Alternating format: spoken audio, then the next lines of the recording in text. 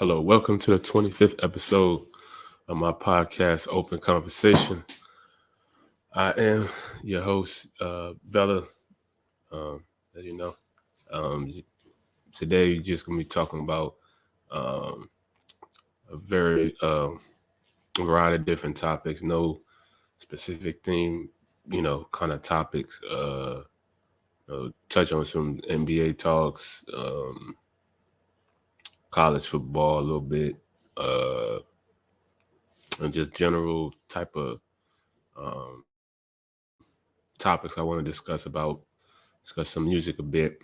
And so to get right into it,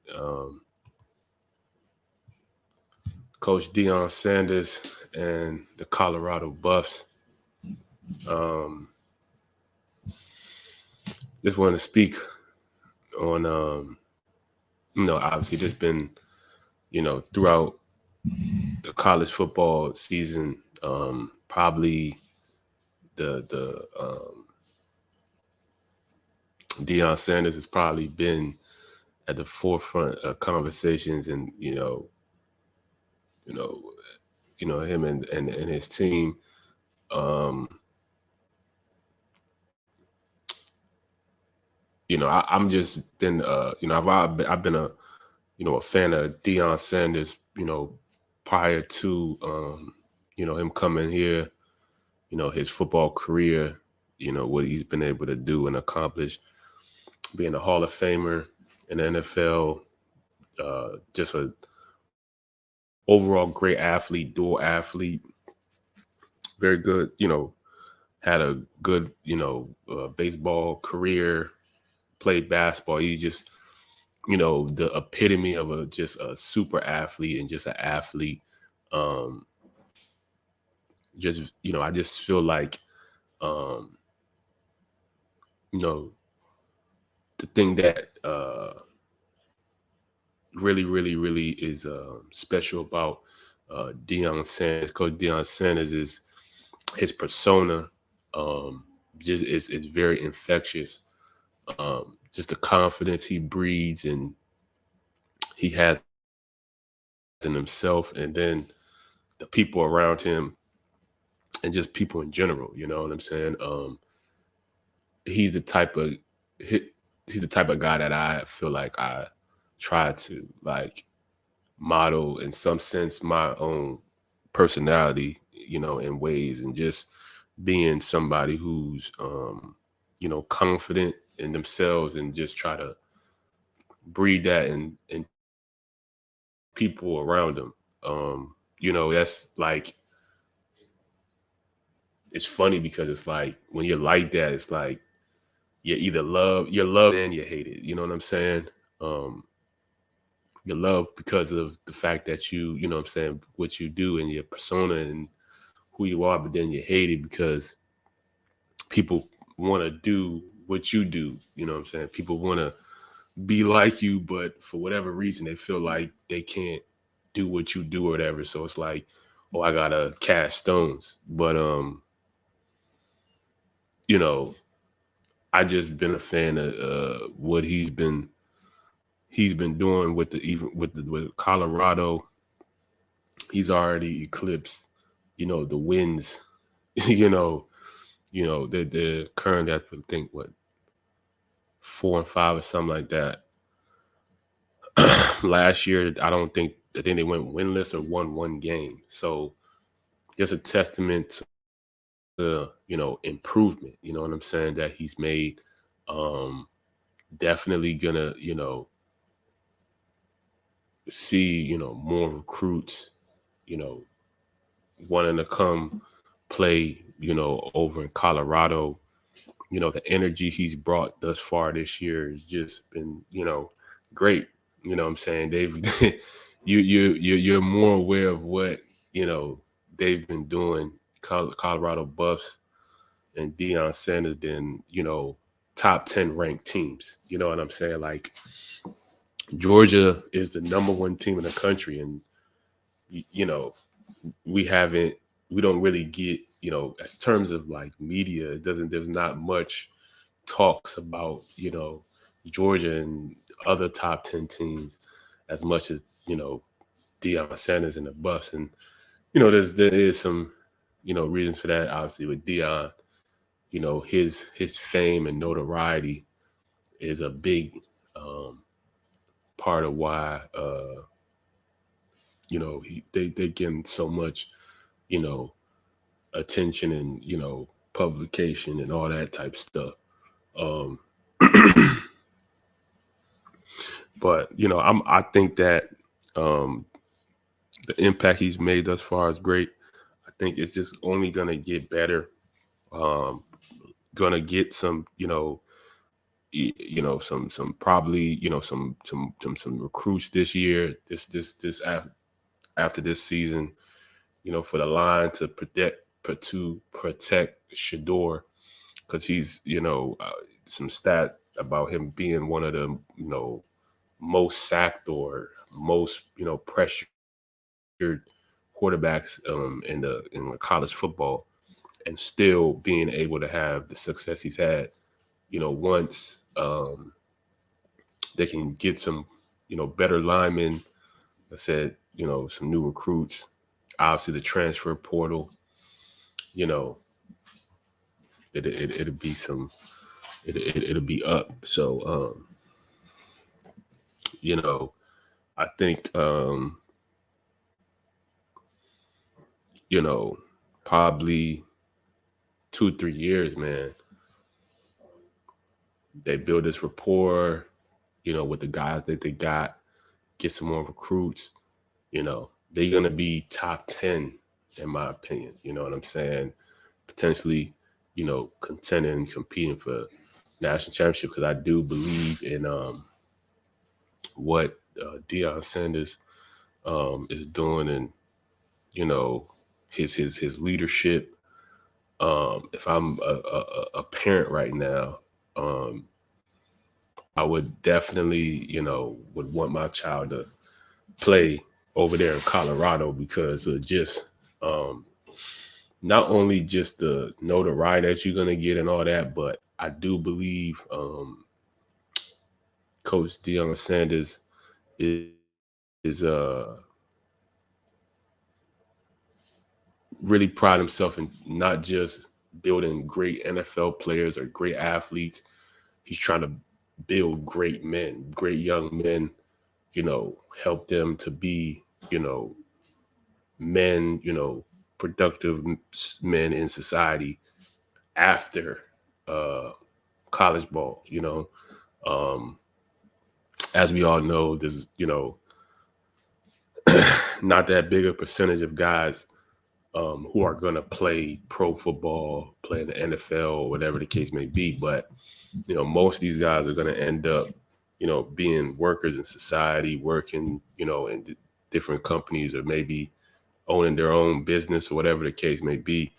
And he's prepping, these young men, young guys to for that point in their life. So um, I think that's a great thing. And so if I'm, like I said, if I'm, a recruit, if I'm a parent, I definitely would want to send my child to, play over there in Colorado.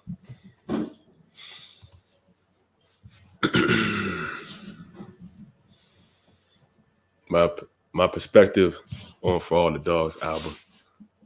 Obviously that's Drake's recent project that he recently released. I took a listen to it. Um, I thought it was a solid project. You know, Drake's always gonna have some joints in any project he puts out. Just pretty much like the amount of joints that you like, I guess, mess with, or it's that type of thing. Um, Drake doesn't put out garbage music or bad music. Like, it just may not be as good as some of his other records type thing. But I think Drake's that, you know, great of an artist, in my opinion. Been a fan of him uh, since the '09. since '09, when Best I Ever Had came out, So Far Gone, you know, that was my, you know, introduction to Drake. Musically, I was aware that he did the Degrassi, but became musically aware of him '09. And since then, just been a fan of his. Since then, um, you know, when it comes to artistry and creativity, um, I view myself as a creative, as an artist. Um, I understand just the creative process and the evolution and all that kind of stuff. Um, for a lot of people like myself who've been fans of Drake since that, '09, maybe even prior to, um, a version of Drake. Um, and, you know, it's like maybe that was as a creatively, that was the time in which you might have embraced or appreciated his music, whatever he was putting out best then, you know. But one thing I think most fans, people who aren't creators, just people who are fans and consumers, they don't quite understand the creative and the evolution process. You know, as an artist, you're living your life, and where you're at in your life is pretty much where you're going to be creating from. So, '09, '10, or '11, those time periods, as most people who are fans of Drake, who listen to Drake, um, understand, like in those time periods, he was a lot more introspective about his feelings, his emotions, and his relationships with women, and just very emotional about these things. And it was like Drake was like always, there was a narrative at a point in time. It was like Drake's always crying on records or whatever the case may be, because he's being so emotional. And the very um how can I say, like, uh just how can like melancholy kind of vibe he used to have in his music, um in some of his records, some records, like a Marvin's Room, or Hold On, We're Going Home, that records, stuff like that. He doesn't necessarily make those kind of records as he once used to. But that was kind of his vibe then. Those, very slow and, type of joints. And then obviously he would do his rap joints. But he doesn't do that necessarily now as much. Where he's at now, he's experimenting as a creative, as an artist in other areas. And I can understand that and I respect it. Whether I'm the biggest fan of the experimentation or whatever the case may be, that's a one thing. But as a creative, as an artist, I can understand, like, you're trying to experiment, you're trying to tap into different things. This is where you're at right now in your life. And you know, one of the things, like, I had seen the clip with Joe Button speaking on, Drake's pretty much his subject matter. I think that was the main thing for him, is just like his subject matter. Like, you're at this age, you should be talking about this, that, and the third. And that's totally understandable, um, to, just that's his perspective, that's his opinion. But like I said, as a creative, where Drake's at, like he's, as a creative, speaking on, his, his lifestyle now is pretty much, lavish lifestyle, different women he's I guess messing with.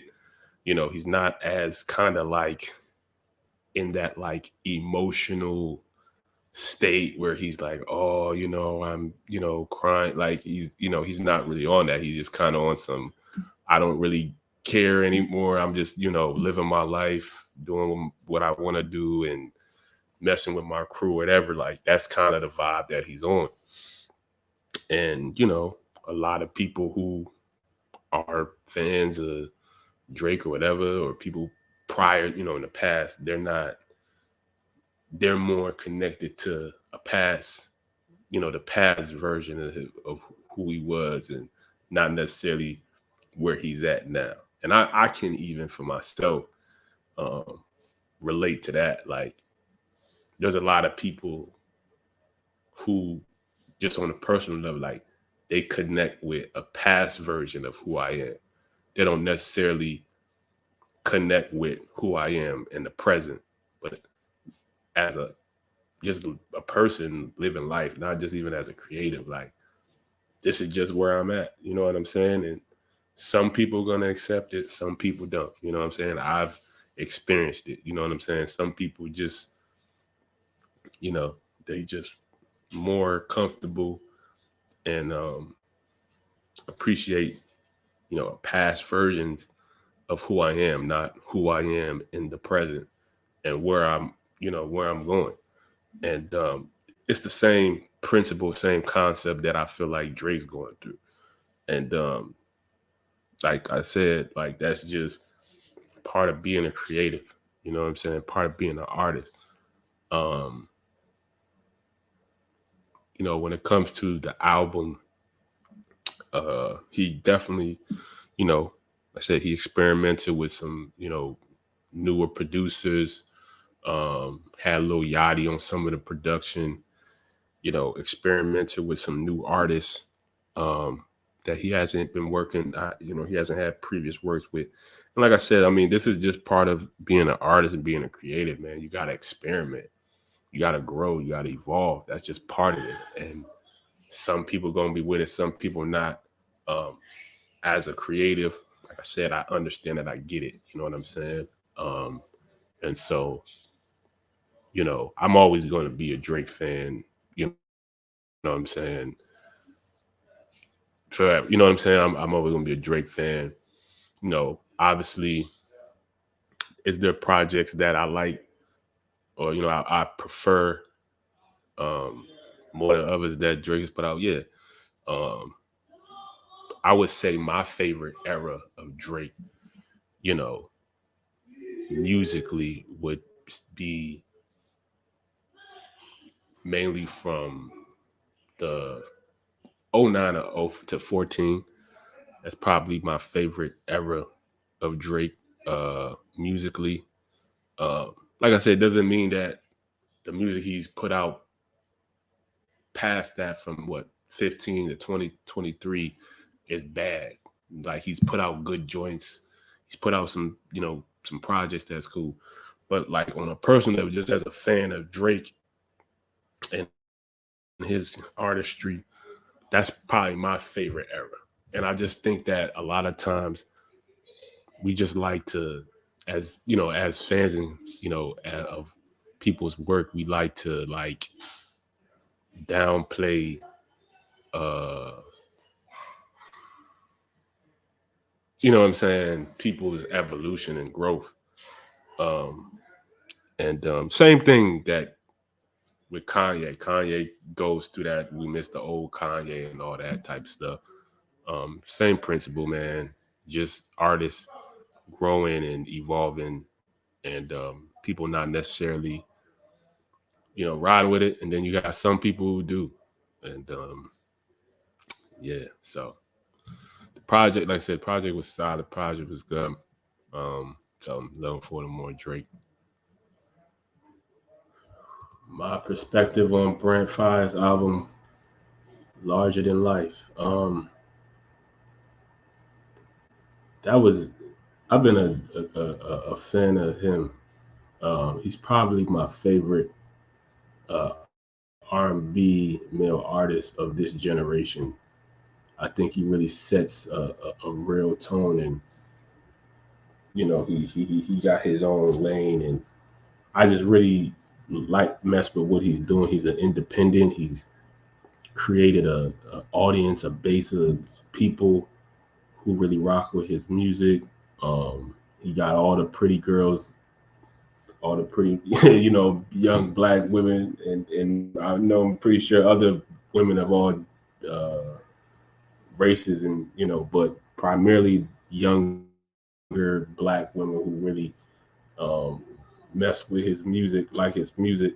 But I too, a young black male, I really like his artistry, his music. Um, this album, Larger Than Life, um, was a really good. I really liked this project. It was really good. He kind of experimented. He worked with Timbaland. It kind of gave that Aaliyah, Missy Elliott, and I know that was kind of how the vibe he was going for, because he had just based off the sound, and then he had Missy on a track, he had Timbaland, and it gave a very you know uh, I know Timbaland kind of reached back into his retro bag of sounds, that like I said, that early 2000s late 90s kind of sound in his production. Kind of my favorite joint on there was the joint with Missy. That's my favorite joint. You got a lot of joints on there. All of you got a lot of joints. Um, I just I think that for him, it just continuing doing what he's doing, because he's been doing a pretty you know good job of what he's doing, and uh the lane that he's carving for himself, and as well as other independents in this thing. You know what I'm saying? And so I think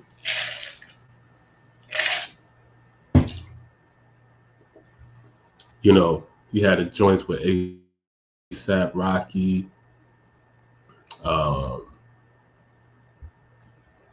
who else was on there? Yeah, just think some people slipping more, but yeah, some other features. Um, let me be specific. Let me be specific. Um,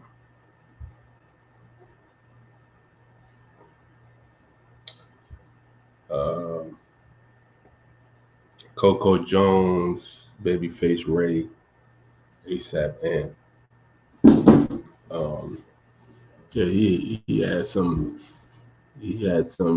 pretty cool dope artists on the joint, and I think when it comes to, like I said, the male R&B game, he's at the top of he's at the top of the game for me right now. Um, I'm not really, I can't even really think of any. It's other artists just not come up, but shout out to Brent Fires and what he's doing. Uh, my perspective on West Side Guns album, and then you pray for me. Um, I've been a big fan of West West Side Gun and Griselda and all of what they've been doing. Um,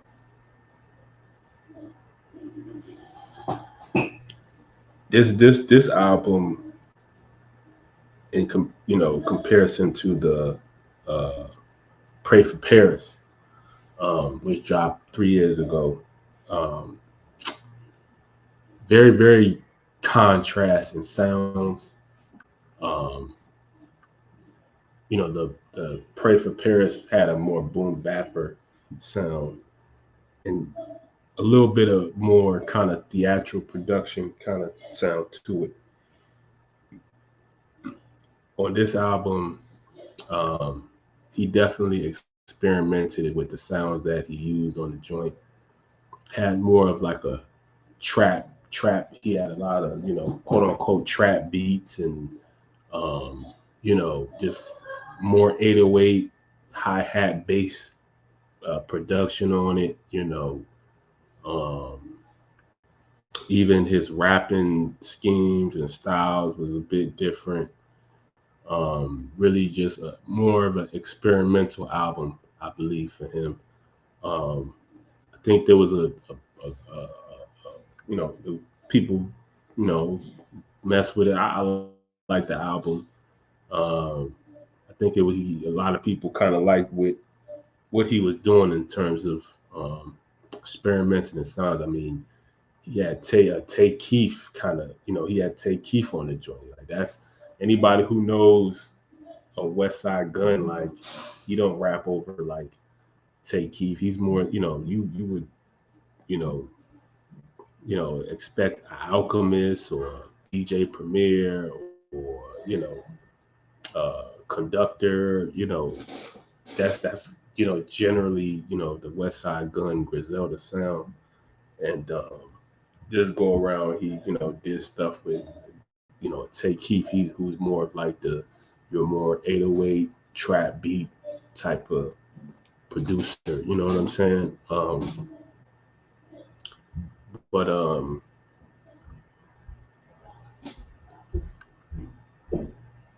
I liked the album. I liked his experimentation.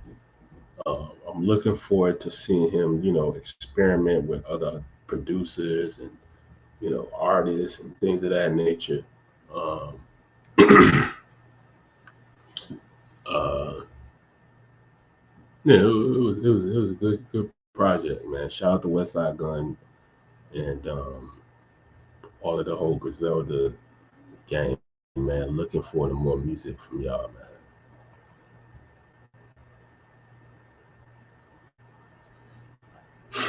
Rick Ross and Meek Mill collab album. So, as y'all may or may not know, Rick Ross and Meek got a collab project in the works. Um, Definitely looking forward to that. Been a fan of the whole MMG Maybach music group since the beginning. Been a fan of Ross, you know, since the hustling, everyday we hustling days, and you know, been a fan of Meek Mill, and so um, it's gonna be dope seeing these two have a whole collab album together. Because you know, in past they've collabed on projects, and I mean, it's not projects. They've collabed. Yeah, they have collabed on projects, but they've had pretty much like duets or joints with just the two of them on records, and I've always liked them two on records. You know what I'm saying? Their chemistry and their records. I always like Ross and Meek, so I'm really looking forward to seeing what they do on this joint. I'm expecting some dope beats, great productions, and great bars. So looking forward to that. Looking forward to that, man. Um, then you got Two Chains, Two Chains and Lil Wayne collab album. They got a joint coming. Um, they they actually had a joint project some years ago, which was a solid project. So this is the sequel to that. You know, I've been a big fan of both of these guys, Lil Wayne from the beginning, Hot Boys to now. Um, just put out a dope verse with Benny, Benny the Butch. Was it yesterday? Went crazy on it, but yeah, looking forward. Been a fan of Wayne. Then Two Chains, one of the most underrated lyricists and Smith, out there in my opinion. Um, but big fan of Two Chains. He going the both of them bars. It's gonna be some good production. I'm pretty sure, and good music, good vibes. So I'm looking forward to those that project coming out soon. Should be coming out sometime this month.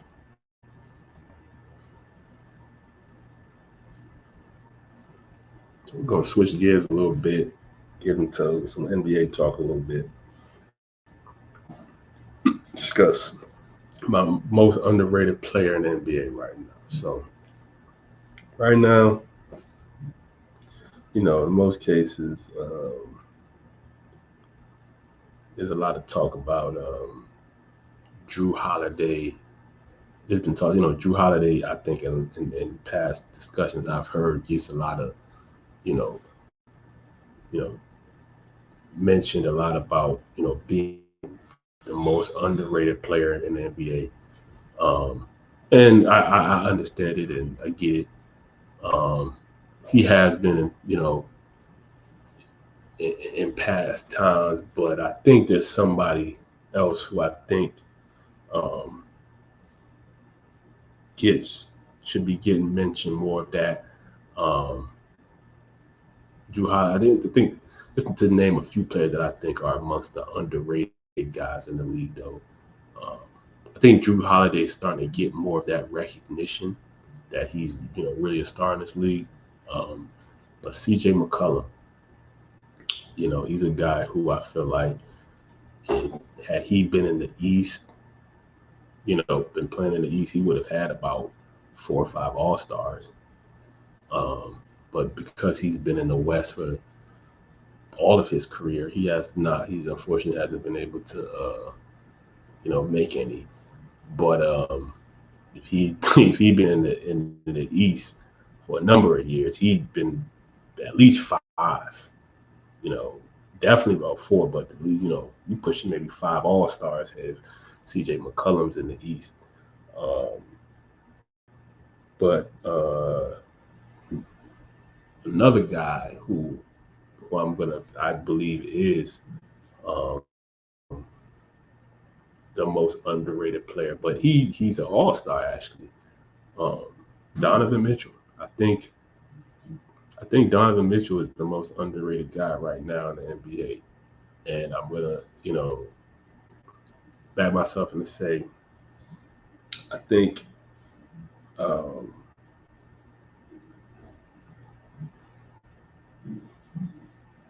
obviously he's an All Star. Obviously he's proven he's a star in this league. Um,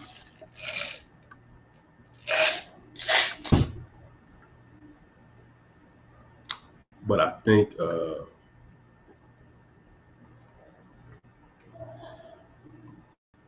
he doesn't get mentioned enough in the talks of the next tier of superstars in this league. Um, usually you hear Zion's, the Devin Booker's, the Shea Gills, the uh, who else is up there that they is talked about the next Jason Tatum's, these guys in terms of the next tier of superstar guys in the league. I don't think that Donovan Mitchell gets mentioned enough in that group of that tier of next superstar, And the reason why I say that he has the talent and the ability, and he showcased that, in his time playing. This is a guy who had put up 71 and 11. Like, really think about it. I mean, it wasn't even a matter of. I mean, when you think of a guy who is scores 71 points in an NBA game, you would assume, like, man, this guy, he's having a very, very good, shooting day, scoring day. Yeah. But then to tag on 11 assists, like, come on. I mean, that means he contributed damn near 100 points of that team. You know what I'm saying? And that's not something to be just, you know what I mean? I think that's a big deal. I don't think a lot of people, really give him that, um, that credit. You know what I'm saying, for the what he's done in this league. You know what I'm saying? A big part, I could say probably a big part of that is that he's played in small markets. Being in Utah, coming to Cleveland. These are generally small market teams, and then um, he's been able to, make the playoffs, but not really having a team that was good enough to really, you know, uh, excel or, win in the playoffs. So, um, I think that kind of contributes to uh, why he hasn't been able to, he hasn't gotten that kind of like shine or whatever. But I was watching him Halloween Day, and I'm just like, yo, this dude's killing, man. Like, he just getting to the rack, he getting to the bucket, he's scoring, he's getting assists, he's killing, and I just think that um, in terms of his ability, his capabilities, like, he's on the same tier of as a lot of these guys that the media and the NBA is mentioning for the next tier of superstar guys, because I think he has those abilities. He's up there with these guys, and so that's the person I would say, in my opinion, is the most underrated player in the NBA currently.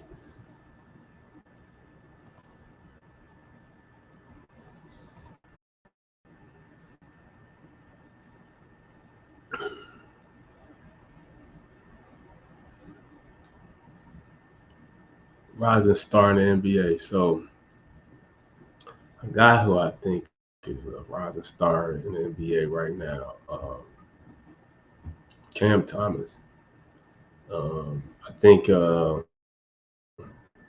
he has definitely been, a guy who has been, you know, since last year after the trade of Kevin Durant and Kyrie, really exploded offensively for the Brooklyn Nets. Had a couple 30, 40 point games. Um, I think he had like a back to back or something like that, or something, um, um, but just been on a scoring tier, um, and has continued that thus far this year, having multiple 30-point games and like not even that much. I mean, compared, like, he's getting like 30 points in like 20 some minutes or something like that, like some crazy kind of, you know, production, you know what I'm saying? But he's just been, having a tier, and I'm just like noticing it, you know what I'm saying? And he's, showcasing that he could be, a potential star in this league. You know, maybe the Brooklyn Nets guy for the future. I don't know, but when you look at the play that he's exhibiting, and what he's doing. I mean, he has been spectacular, and just wanted to give him some credit and shout out to him on that, because I've been noticing that he's been doing a great job over there. You know, it'll be interesting to see what they do, Brooklyn, this season. I think they're right now like the sixth seed. Um, they got some solid pieces. Got him, Mikal Bridges, Cam Johnson, Spencer Dinwiddie. They got some solid pieces. They got some solid guys. So um, it's going to be pretty interesting to see what they do this year.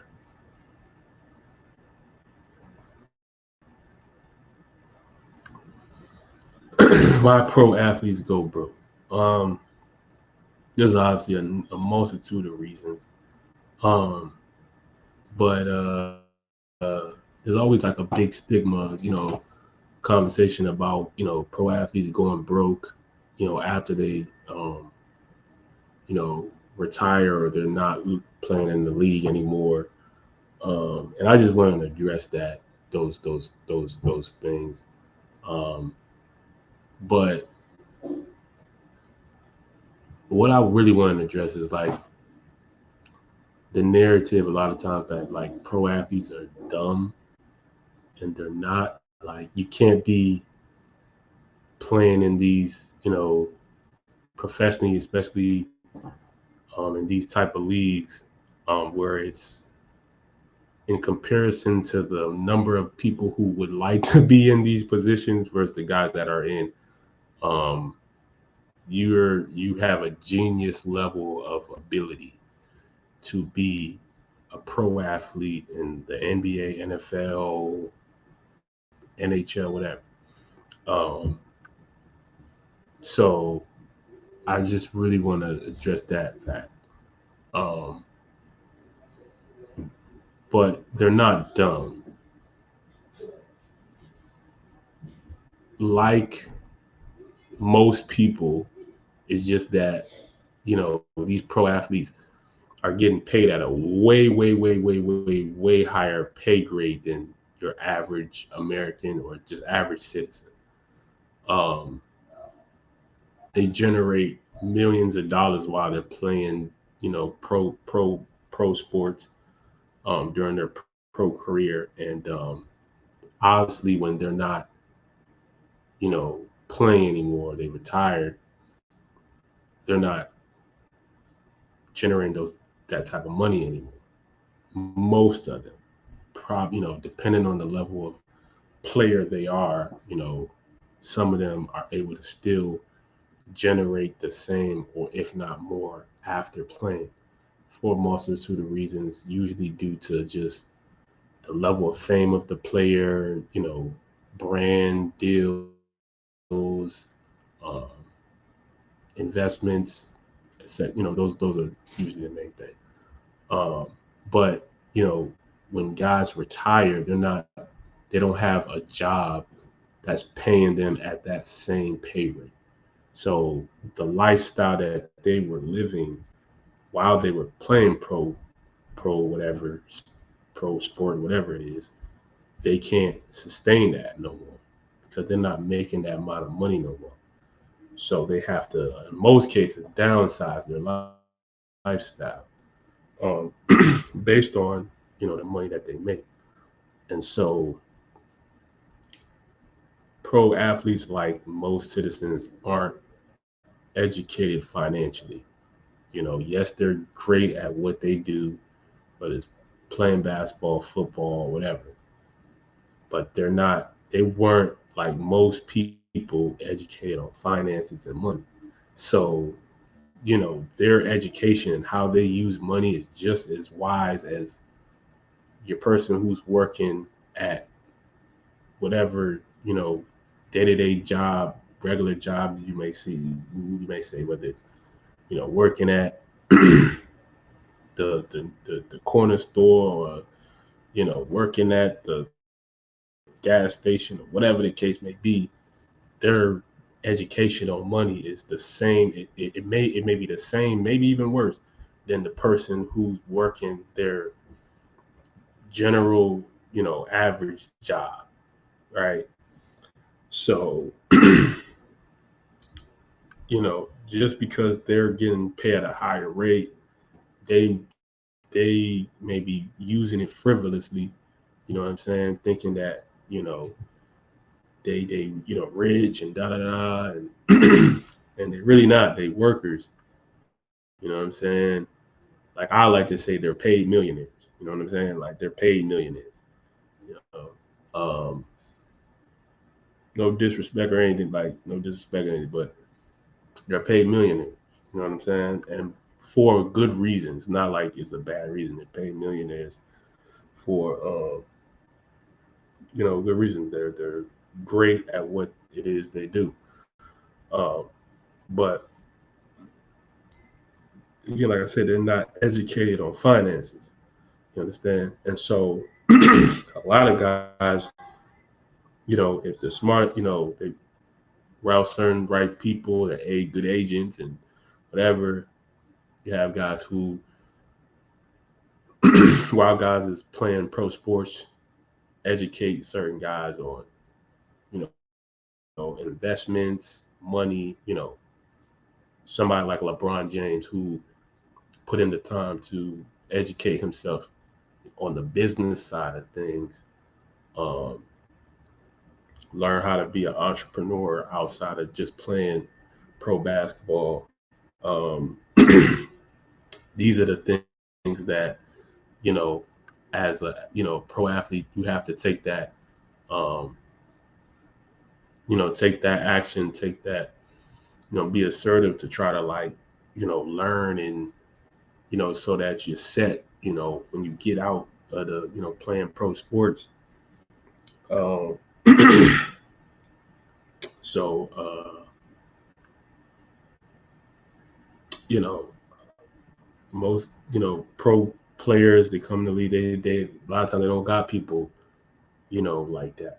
You know, sometimes the agent is just trying to, you know, use them for the money and this, that, and the third.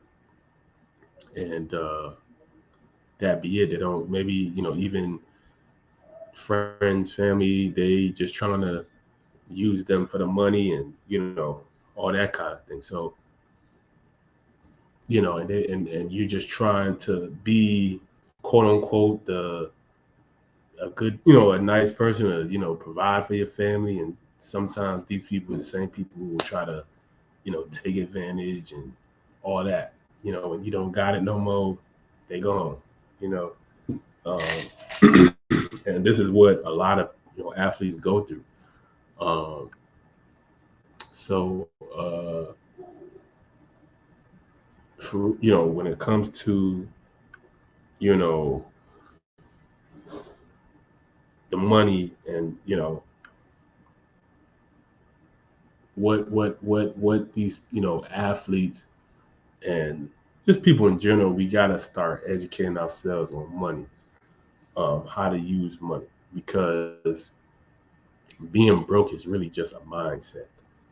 You know, being broke is a mindset. It's not anything to do with finances. You know what I'm saying? You can always make more money with time, right? But being broke is a mindset.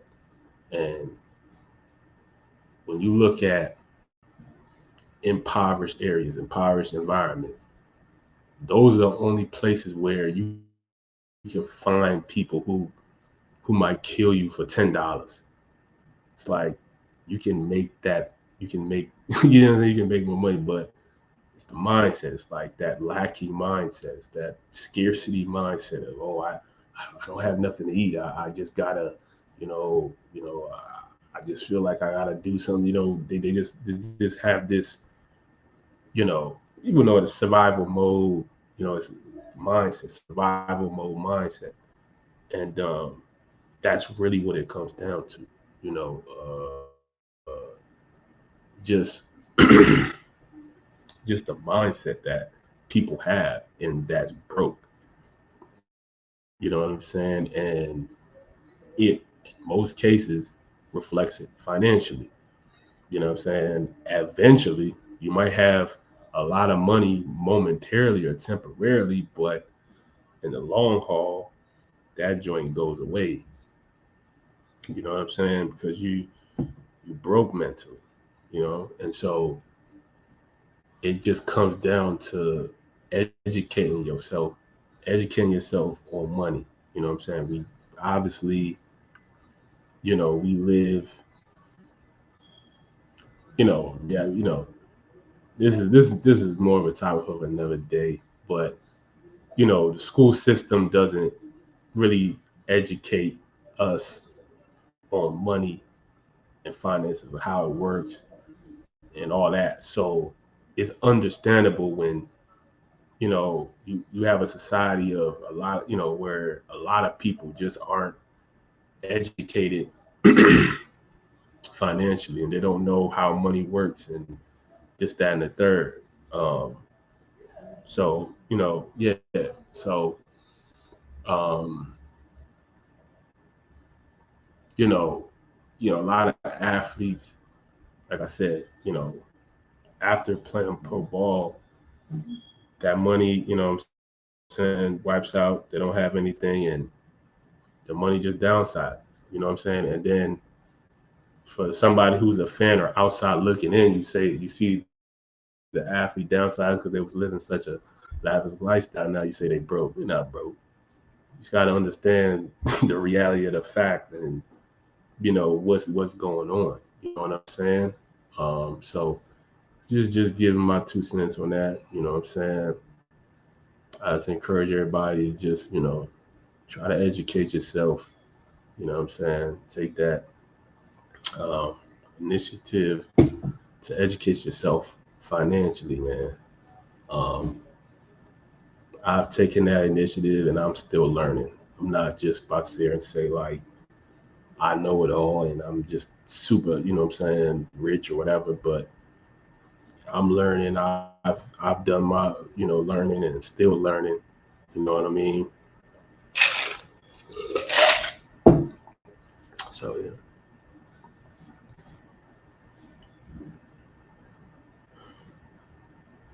What I believe women despise/dislike the most.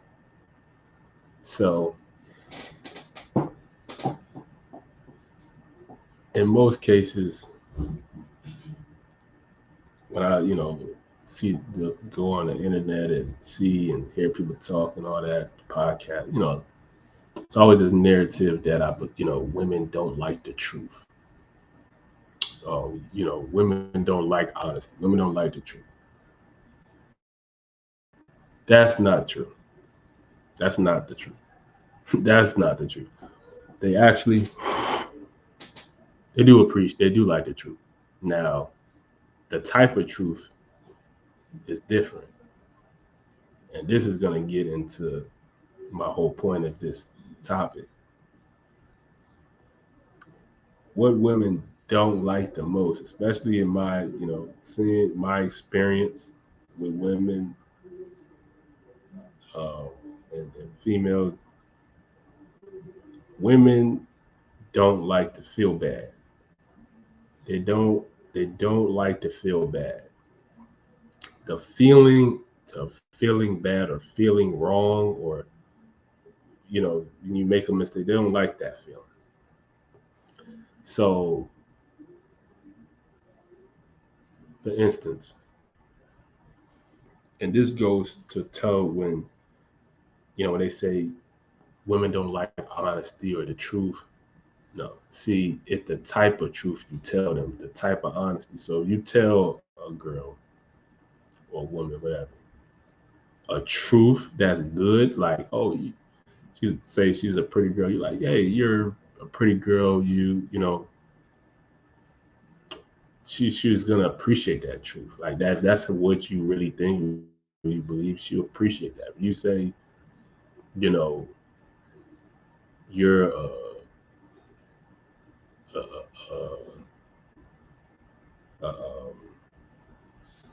a a great business, a CEO, and this, that, and the third, and that's your opinion, and that's your true opinion, she's gonna be happy about that, right? That's the truth. Now, if you said a bad truth, a truth that is true but make her feel bad, they're not gonna like that. If you tell her, I don't really, and it's your real opinion, I don't really like your outfit today. And that's how you really feel like you really don't. She's not gonna like that. Right. Now they say, okay, well, you just gotta lie to women and da da da. Women love lies, not necessarily the truth. Now, if the lie makes her feel good, she'll like it. Right. So the key thing is how she feels. If the lie makes her feel good, that's why a lot of these dudes, they'll tell women all sorts of BS and, oh, I love you, right? To make her feel good so they can, get what they want, and then they get what they want, try to, bounce on her or ghost her, all that BS. Because they're just trying to get what they want type thing. This is what the nice guys and even the Pookie Ray, all these, clowns in my opinion do. But um if you told her a bad lie, right, something that's not true, like, you know, she wouldn't appreciate. She's not gonna like that, right? You told her a bad lie, some you know, told her some like, something crazy, like her mother died, and then she found out it wasn't true. You think she's gonna like that? Like, no. So the whole thing is, like I said, to my whole point, women don't like to feel bad, and that's where the whole point of accountability, like, even when they are wrong, even when they did make the mistake, they try to what, do a couple things. They're gonna deflect, be victim, blame game. That's as far as women will go to try to not feel bad about a situation that they did or whatever. You know what I'm saying? What I've realized, what I've learned as I've become an adult, I'm not saying to say I've always been like this, but what, being able to lead myself and learn whatever, what you can do when it comes to women, but you have to be, like I said, somebody who has a leader mentality. You gotta correct them, and the approach you go about that is gonna dictate certain things. Um, if you know, if you know, they do something wrong, they do, you know what I'm saying? You do gotta address it. You gotta address them, and like I said, give some kind of solution for them to do differently. You know what I'm saying? Um, that's not to say that they necessarily will, but they're not gonna still feel as bad. You know what I'm saying?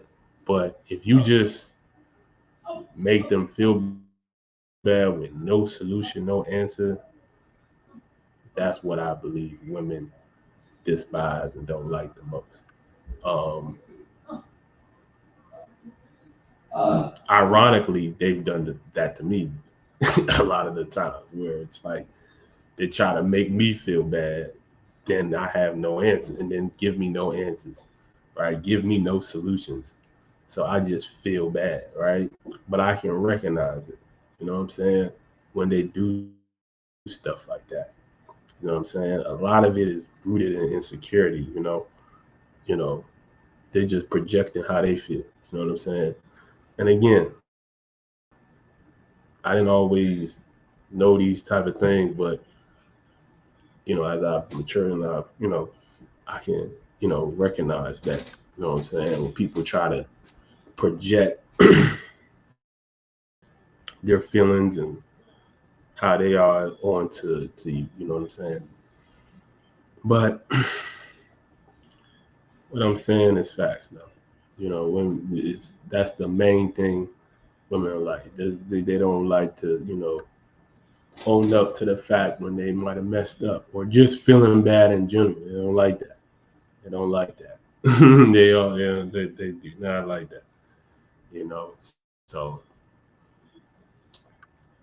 yeah.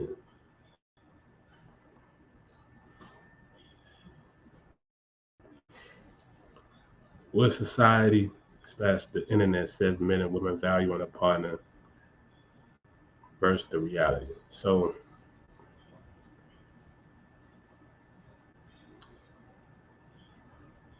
I feel like there's definitely a discrepancies between a lot of times what the world says a man is and what's a high value and low value and the beta and the da da da and all that um, versus the reality. What's actually happening? What's taking place? You hear like growing up, um, a lot of what the world tells you what a man wants or what a woman wants versus when you get out in reality and figure out what they really want and what they really ask for is it's totally different. The world will tell you, a man wants a woman who is, you know, the caretaker, the provider, not necessarily provider, the caretaker, the nurturer, the, you know, uh, you know, uh,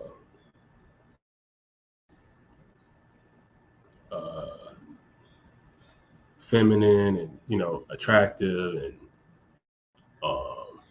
loyal and, you know, respect and this, that, third. And, um, that's what the world, society would tell you a woman should be. Then a man, they say, well, a man should be the provider, the protector, make this amount of money and, um, go to school, go get a job. Um, that's pretty much what the world tells you. And then you get out into reality, you get out into the work world, and it's totally different. You know, women are, you know, asking for, totally different things. They're not necessarily wanting the things that, that the world has projected onto them to say, well, this is what, what I'm saying, a man should be like. Um, no, we want, a, a, a, a,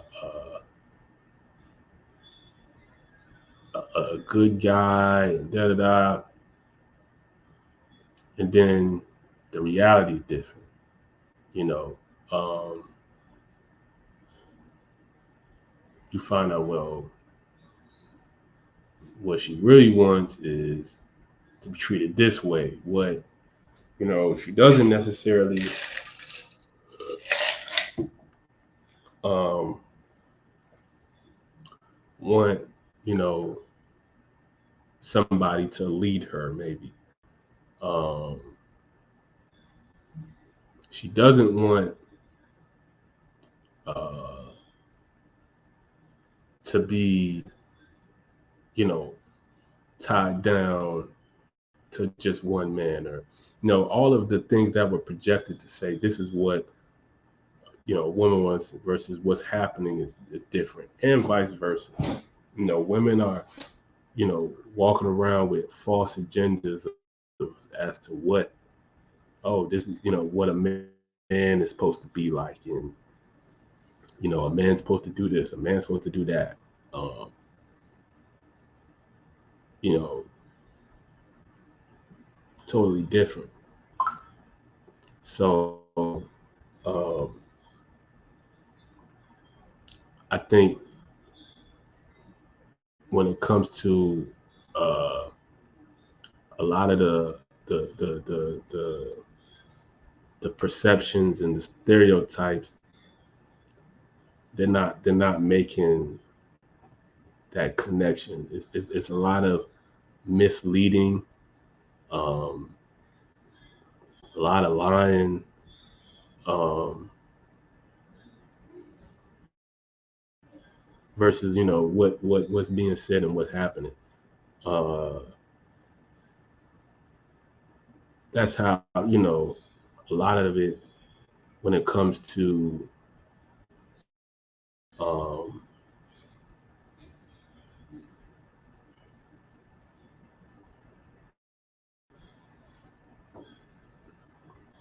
when you, for instance, you might have a woman, they say that, okay, she wants this, these qualities that subject for a good man, right? But she, in reality, is messing with, as they like to say, a Pookie and a Ray Ray, right? A guy who's not really all too qualified, for in terms of certain qualities and traits, and to me that just speaks to the fact, like, some women, or a lot of women, especially with you know the feminism and just how things are. It's like a lot of women want to lead the relationship or be the leader of the relationship. So a lot of the times they'll have, let's say, two options. You have, for the sake of conversation in layman's term, you have a Pookie and a Ray Ray, as they say, or the hood dude or whatever, like, right? And then you have the quote unquote good guy or whatever, the healthy guy or whatever. So society's like, okay, you should get with the good guy, the guy who has these things, right? That the society says you should, be with and all that. But the reality is that she goes to the Pookie and the Ray Ray. And the reason for that is, for a lot of women, and a lot of the times they not, what I'm saying, they don't want to say it, what I'm saying, the real reason for why they do is like they may feel bad, back to what I said about women, what women despise, but they may feel bad in the relationship with the good guy because she may not meet certain standards and expectations that the good guy wants. You know what I'm saying? And with Pookie and Ray Ray, or the hood dude or whatever, she doesn't have to meet these certain standards. She can just show up, and her presence alone, and that'll be enough. Give him some sex, and that'd be about it. Like, that's all she gotta do in that relationship. She don't gotta meet no standards. She ain't gotta do any of that. You know what I'm saying? Because Pookie ain't gonna. He just wants some sex and attention, at best. You know what I'm saying? And so a lot of the times females will mistake that for value. Like, this guy really loves me, and this, that, and the third. Um, and so they'll end up, in real times, you know, having babies with this dude, and you know, all that, right? And you know, have a child, then he can't support the child. He don't got the means to support the child, take care of the child, even take care of her. So now she's, got two kids, by this one dude, and who's essentially a liability, you know, to for her and the kids. And so, that's what she wanted, because she didn't want to, what I'm saying, she wanted to settle, and she wanted to feel good about herself. Um, you know, settling for, for low, what I'm saying, for just not, selling for this dude. And so you see that happen. I've seen that happen a lot. You know what I'm saying? Like, and a lot of women make that mistake. You know what I'm saying? But in most cases, it just takes them to, make a couple changes. But again, a lot of women don't want to feel bad and don't want to take the accountability and all that type of stuff to make that changes. Because being with the Pookie and Ray, she sees how messed up situation he's in. It's like, okay, at least I'm not in his situation. I'm doing better than him, and I'm doing better than him. You know what I'm saying? So she feels like she has the quote unquote upper hand or whatever in the relationship, and that's how a lot of people operate. I've come to notice and realize, try to, like, you know want to have people being in worser positions than them or something like that, like for their like self-esteem or something. Like, it's just kind of funny to me. But uh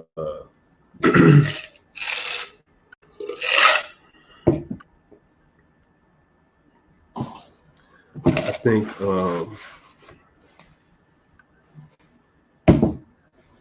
I think that's what ends up happening a lot of the times. And then, in due time, maybe it's too late, or maybe she still has a chance, but you know, she might come try to mess with the guy that she should have been messing with. But maybe he's married, or he's doing, he doesn't want her, no, want to mess with her no more. Um, but the real key to all of this is just, you know, making them changes internally, um, doing the internal work, growing, as a person, and then being able to attract different. Because the reality is that these people, women and even men, they don't want to attract these, lower vibrational, you know what I'm saying? But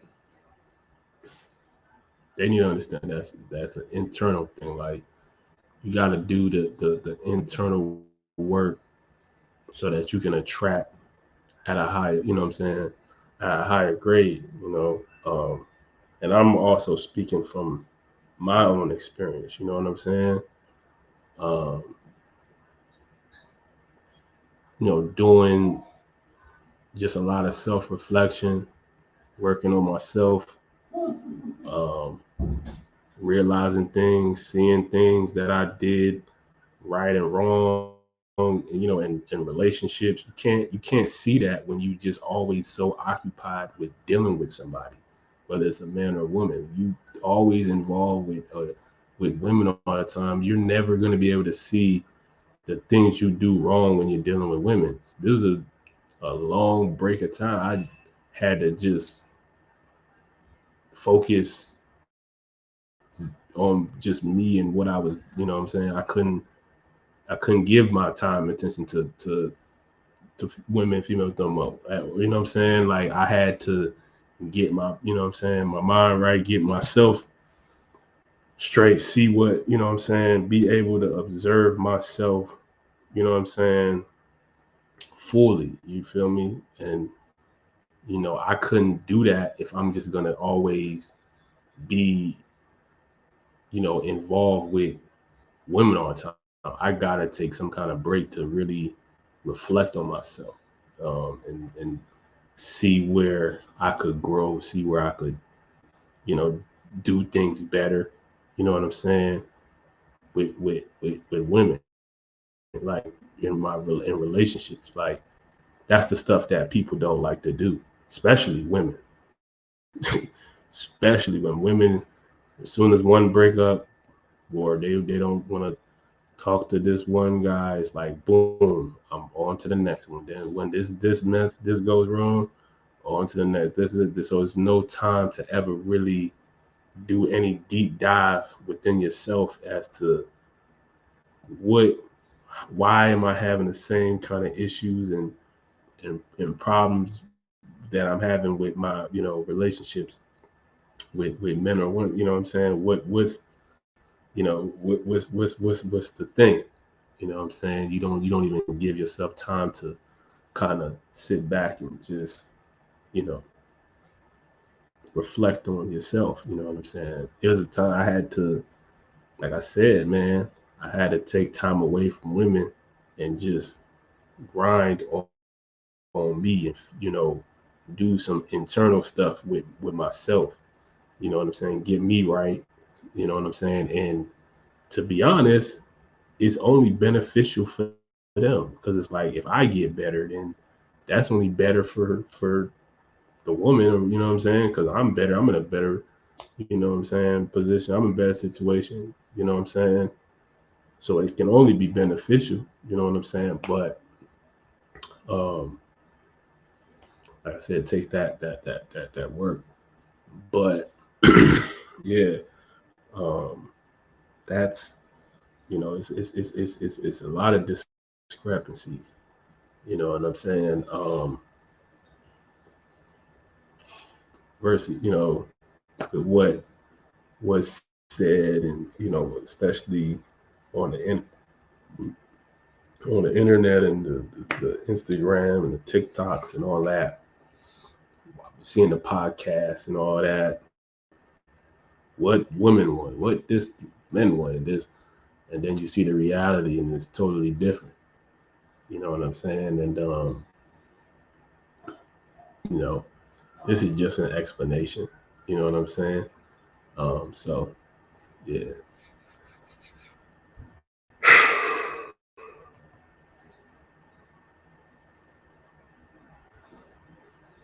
getting rid of the ego. So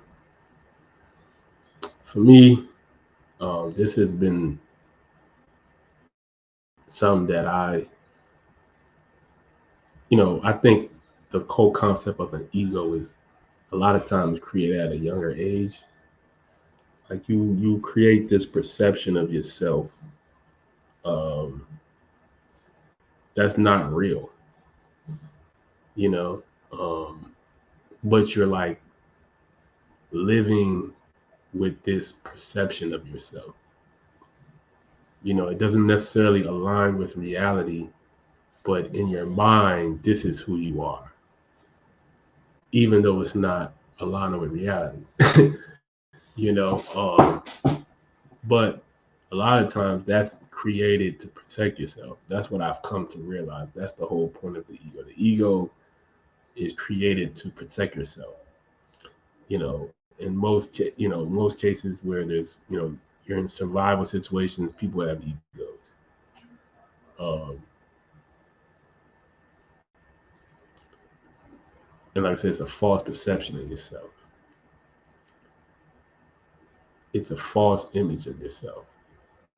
And for myself, what I've learned from getting rid of the ego, this false perception of yourself, you're able to see yourself for who you are. You're able to see the ups, the downs, the good, the bad about yourself. And that's something a lot of people, they choose not to go that route. But it is liberating, it's free to understand, like I said, the ego, people use the ego to protect themselves, especially when they're in, from their perspective, in a heated danger of some sort, from their opinion, right? Or they feel attacked, right? People project their ego, and that I said that sometimes can be very, very, very destructive. Um, and I recognize that, um, from getting rid of the ego, you're able to, like, for me, flow. You're able to be who you are. You're able to, be who it is you are, and be able to work with other people. You don't have to. You no longer have to project as if you're like above anyone or you're more than anyone, even less than anyone. You just who you are, and you're able to, um, speak to people, um, in a way that can be connective to who they are. You know,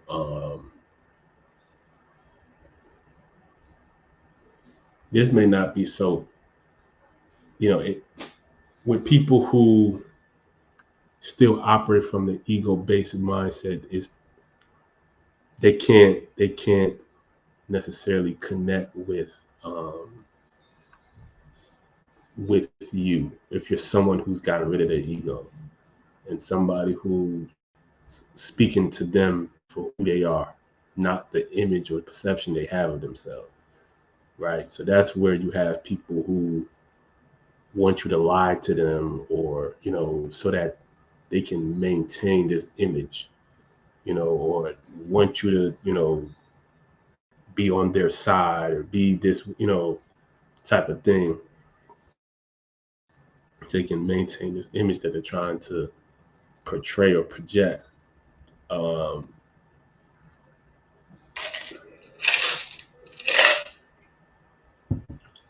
to me, it's dead weight. Like, it's a lot more freeing when you can just be who you are, and allow people to either accept it or reject it, and be totally okay with it. Can't you won't you're not gonna feel any less of yourself. You're not gonna feel any more of yourself. You're still just gonna be who you are, and that, to me, is one of the benefits and just liberating, freedom, and peaceful thing of getting rid of the ego. You know what I'm saying? You can be 100% authentically who you are. You can be the person that you are on an internal level. And like I said, that's just not going to connect with people who operate from the ego base. You know what I'm saying? People who are operating from a authentic space, who they are, it's going to resonate. And I'm speaking from experience. I've spoken to people who, operate from the ego base, and they reject my energy. You know what I'm saying? I speak to people who don't operate from the ego space, and they accept it. You know what I'm saying? Um, so a lot of times, like I said, it's a survival mode type of thing, but it's something that, like I said, if you're somebody who who enjoys freedom, enjoys peace, you will understand that carrying an ego is just weight that is just unnecessary. You don't need to carry on that weight. It's just dead weight that you're carrying. You know what I'm saying? The world is so much better when you can just be free and just let yourself be. You know what I'm saying? Versus trying to hide behind certain images and masks and stuff like that. Just my opinion.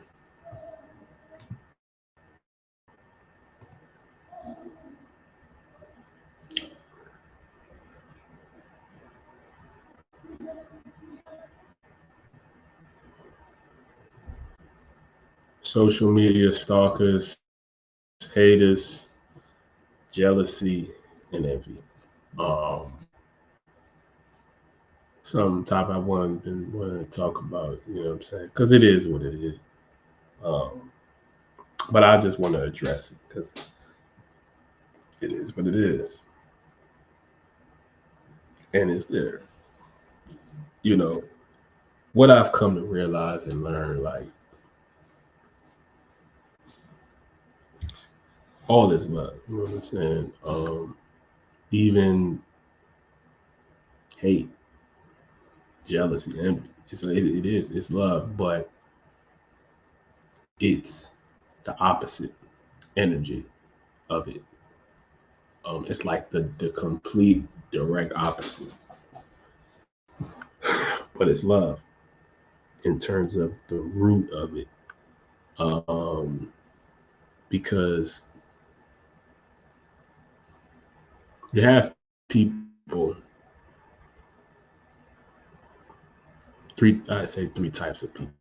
You're gonna have somebody who, okay, they see something inspirational. This says three people. They're seeing something that's inspiring to them. These three people are seeing something that's inspiring to them, right? That's love, right? One person acknowledges and says, you know, yo, I really like your, whether let's say it's an artist or song, I really like your song, man. You know what I'm saying? And they give that acknowledgement that, you know what I'm saying? Um, they show their appreciation. You know what I'm saying? They, whether it's through action or what they say, right? So that's just one way, right? That's the way that most of us would likely appreciate for the most part. And so then you have another person, right? Which is probably I'm gonna speak of like the quote unquote stalker. Uh, but I've come to like understand it. At first, I thought it was weird when people were like this, but I get it now. This type of person, when they see inspiration, you know what I'm saying? Depending on who is, they don't say anything. They don't say anything. They don't want to say anything bad because they don't want to necessarily make you feel bad because it's like you know what I'm saying.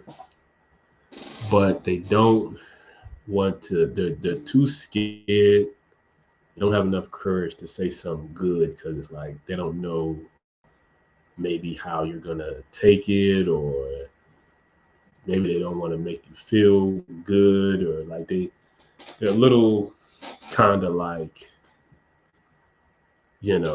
scared to kind of like give you that quote unquote validation, as they say, or like give you that props.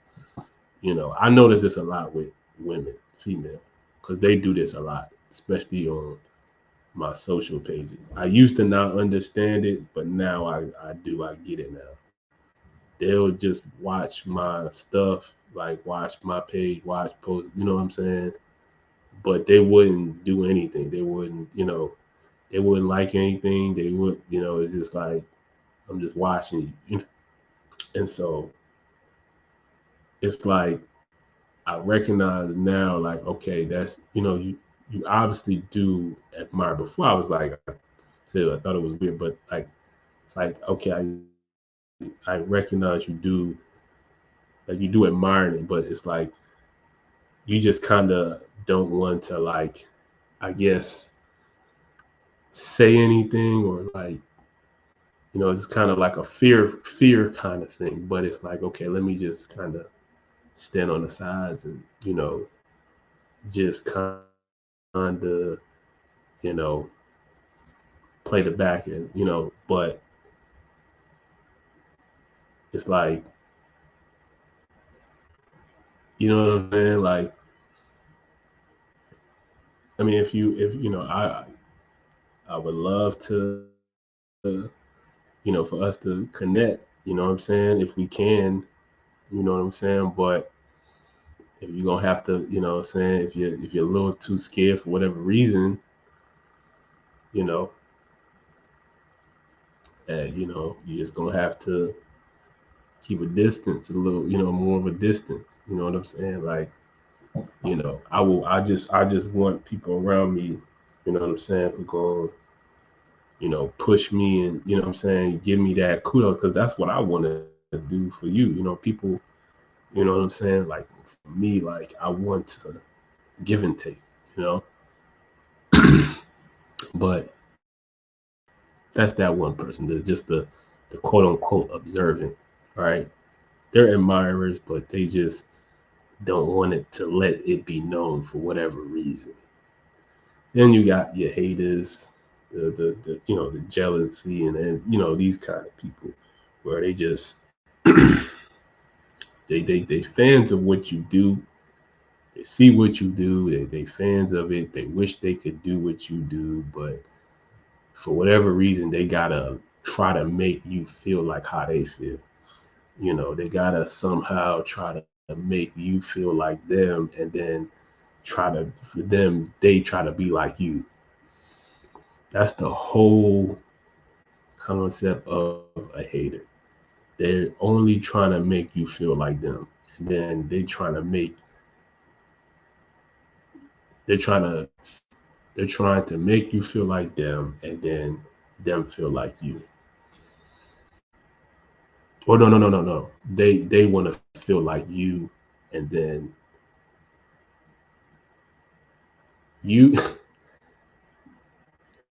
they're gonna make you feel like them while they try to feel like you. So that's the whole thing. They want to be in that same spotlight or position or whatever it is you do. They want to do what you do. Right? They want to feel like you. Whatever it is you do, that's dope. Whatever it is, you know, they want to do that. You know what I'm saying? And then they want them. They want you to feel like them. And so that's the one thing that I've learned in my experience with people who are, haters and jealousy and envy and all that type of stuff. They're gonna say certain things and negative. They're always gonna say something negative. Always gonna say something that's, bring up past situations that they could view like was a bad time in your life or whatever, or type of thing. They're gonna try to, bring that up, or never acknowledge your, good qualities, always try to tuck away your good qualities or not acknowledge your good qualities, and then, bring up the bad things about you. But then they always watching you though. They always watching. It's even the good things. They recognize the good things. They always they just don't want to acknowledge it. So in a good way, and they want to acknowledge it in a good way. So this is what the haters and these type of people will do. Um, the jealousy people, envious people, they're gonna do these type of things. But like I said, they're fans. The reality is they are fans. They are, they do like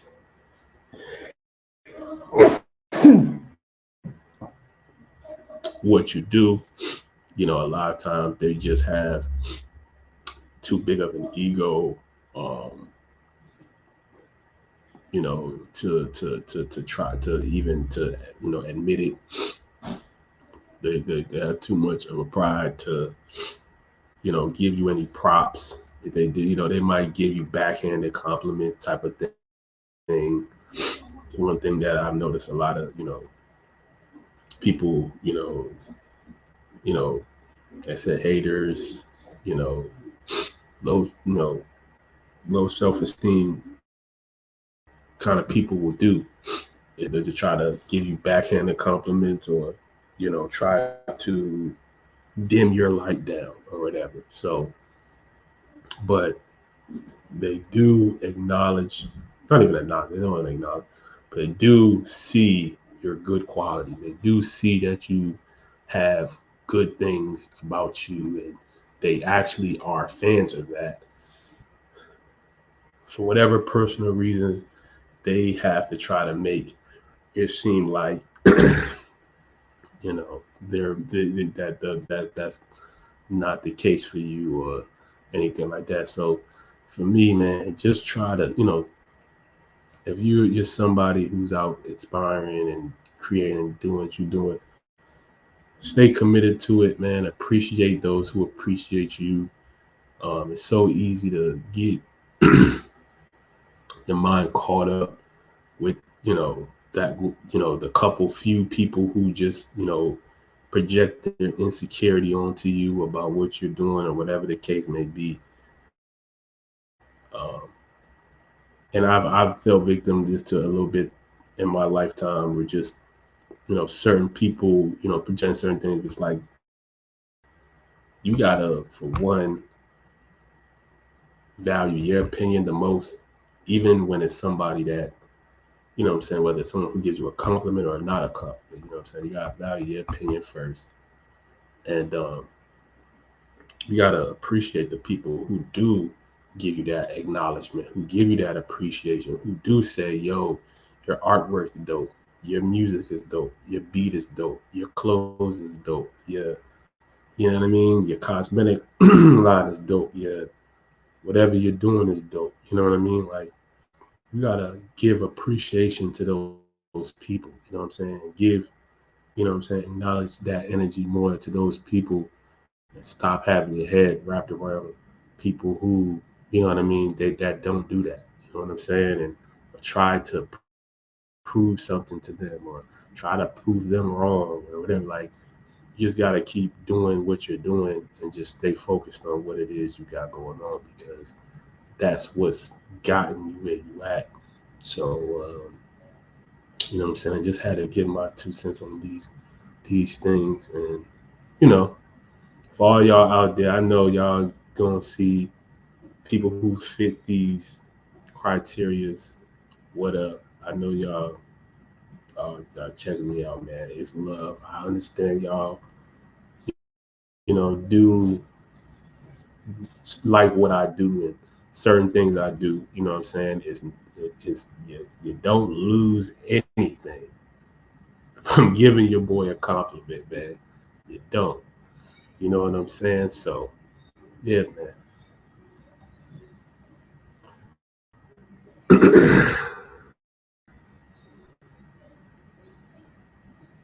So yeah, man, that concludes this episode, man. I'm happy you guys listen. Looking forward to the next one. Catch y'all later.